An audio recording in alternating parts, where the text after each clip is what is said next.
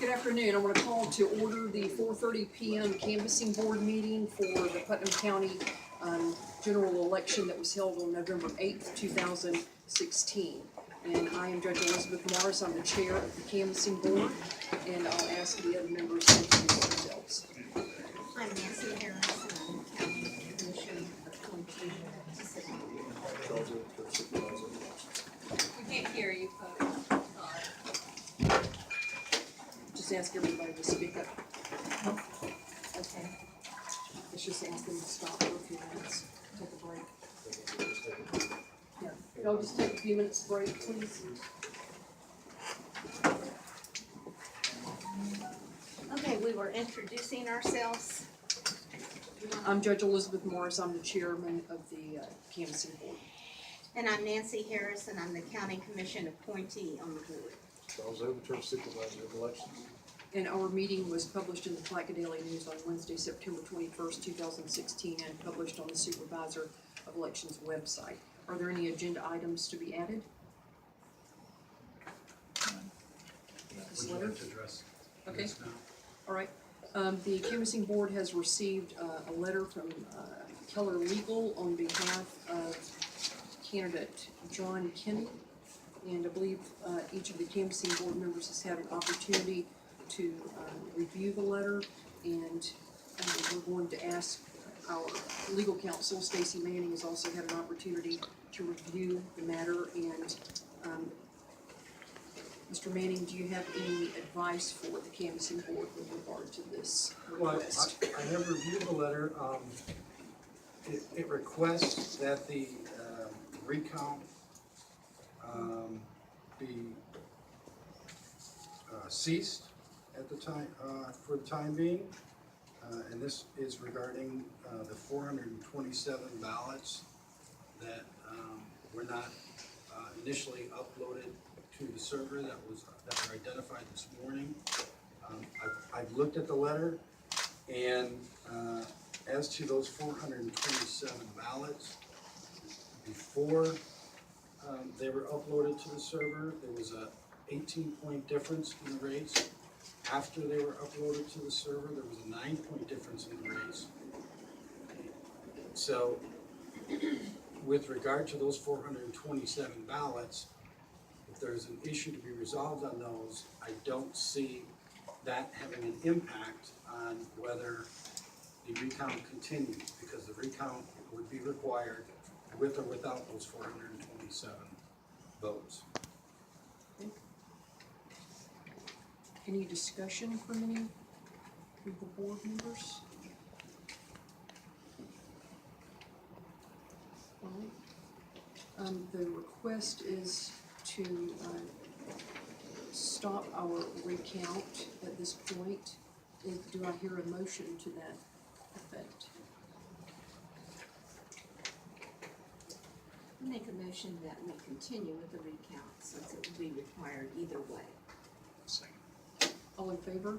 Aye. Okay. We will continue with our recount. Let's see, our next agenda item is a report on absentee ballots. The first issue was 7,918. We had 191 replacements for a total of 8,109. Ballots that were returned was 6,559. We had referred ballots was 161 total. There were 3 that were no signature, 30 that were signature differences, 3 moved away, and 125 that were returned undeliverable.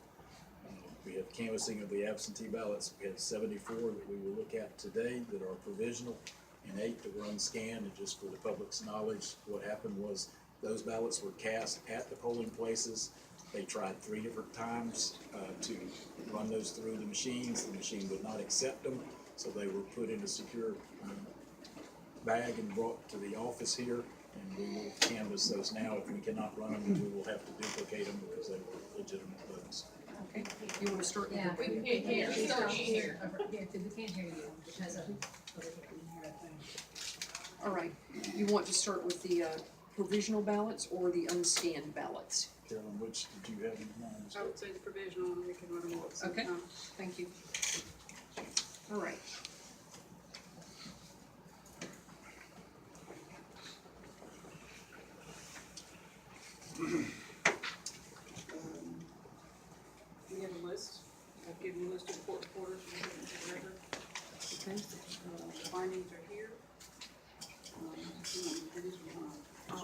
council. Okay, and also I think that just backing up a second, our attorney has the original letter from Keller Legal, which I'll ask you to I've give provided it the that. court report or make that part of our minutes. Okay, the first voter ID is 113043097, and the findings after the supervisor's office researched this was that the voter voted at the wrong precinct. So do I hear a motion with regard to this provisional ballot? I don't know what the rule is when you go to the wrong precinct. We look at it and decide whether we should count it or not. We do look at them to decide whether they should be counted or not, and if a voter votes in the wrong precinct, their ballot should not be counted. Of course, it's Florida law. Make a motion that we reject that ballot as being in the wrong precinct. Do I hear a second? I'm gonna second it, but I don't like that ruling, but if that's what we have to go by, That's Florida law. That's what we have to go by, Florida law. second. Okay. All in favor? I will reject this ballot.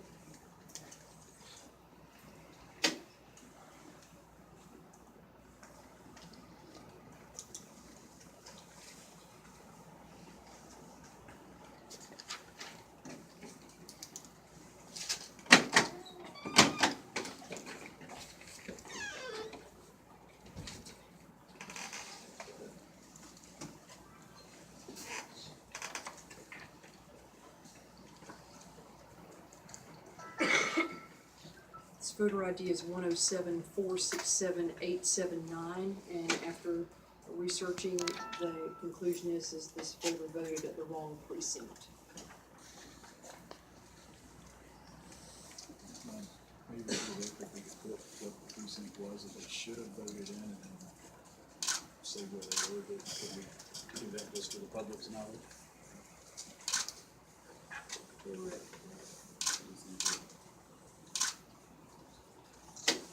precinct 4 and 5, and they should have been precinct 2. Again, and we should have done that probably for the first one, but they were, should have voted in 4 or 5.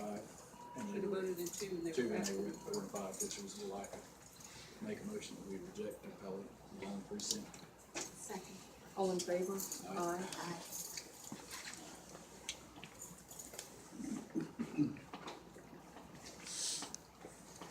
Okay, so we are rejecting this ballot because the voter voted in the wrong precinct.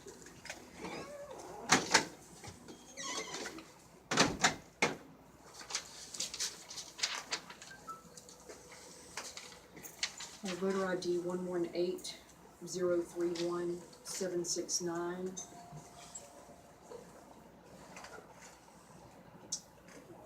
Okay, I'm gonna ask you to explain this one to us, please. This person went to poll on election day.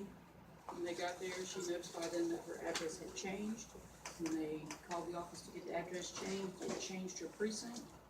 It was 6:59 when the address was changed, changing her to the wrong precinct. And changing her to another precinct, and she could not make it to that precinct in time before the polls closed.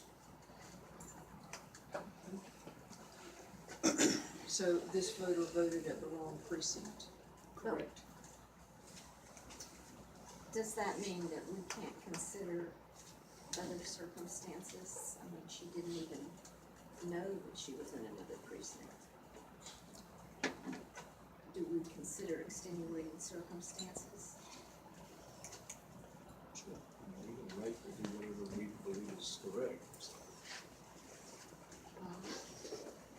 If it's not wrong and we're allowed to consider that, I'd like to consider her vote and go ahead and let it count his.